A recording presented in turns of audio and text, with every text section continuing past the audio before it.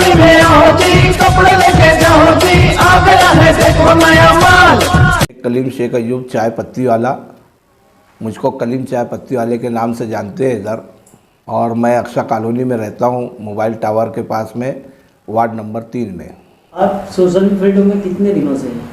मैं तो करीबन समझ लो कि राजकारण में 30 साल से हूँ शेख रशीद साहब के साथ में, और सोशल काम जो भी है मेरे पास आता है, मैं लोगों को उनको तकलीफ़ जो भी रहती है उसमें मैं बढ़ चढ़ के हिस्सा लेता हूँ और काम करते रहता हूँ सोशल फील्ड। क्या काम किया अभी तक तुमने? मैंने अभी हाल ही में समझ लो कि ये मिलन बेकरी जो है, वो जो रोड था, वो रोड की ये हालत थी कि समझ लो कि उधर से ना रिक्शा जाता था, ना रिक्शे वाले अंदर पहुँचते थे।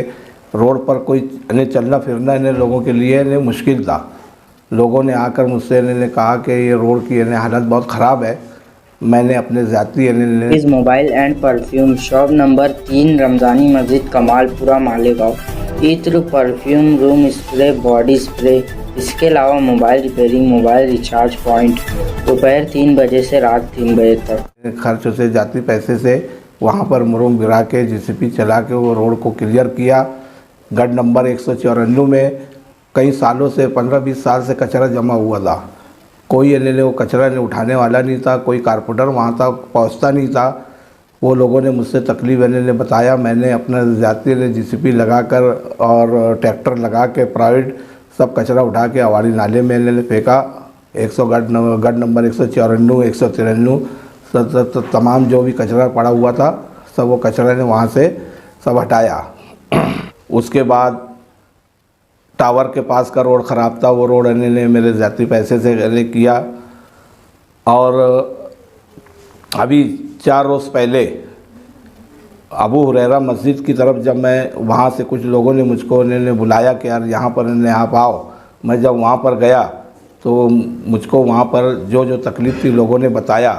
पोल का मामला था, केबल का मामला था, ये सब लोगों ने मेरे से तकलीफ़ बताया। मैंने वो पावर हाउस में साहब लोगों से बात करके पोल लगाने की बात, केबल लगाने की बात किया, एक डीपी की बात किया। तो उसके बाद में मैं आसिफ साहब से वो बात रखा।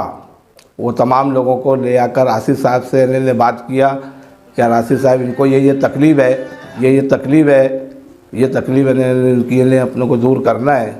तो आसिफ साहब ने वहाँ पर ये बताया कि कलीम भाई मैंने वहाँ पर 40 लाख रुपये का फ़ंड दिया हूँ, जिसके अंदर पोल भी है, डीपी का भी काम है, कुछ गटर है, कुछ रोड के भी काम है, लेकिन ठेकेदार लोग वो काम नहीं कर रहे हैं।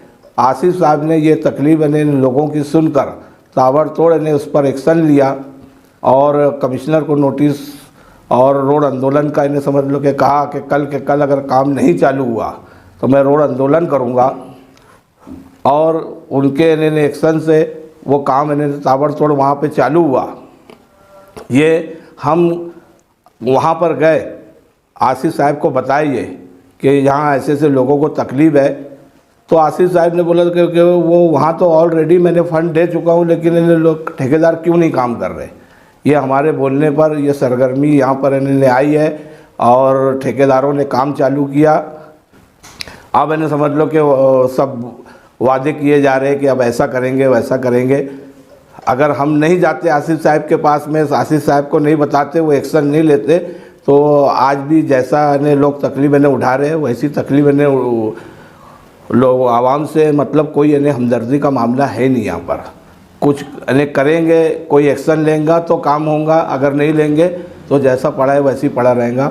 ऐसा माहौल है इस वार्ड का। मेडिकल लाइन से आपने क्या काम किया है?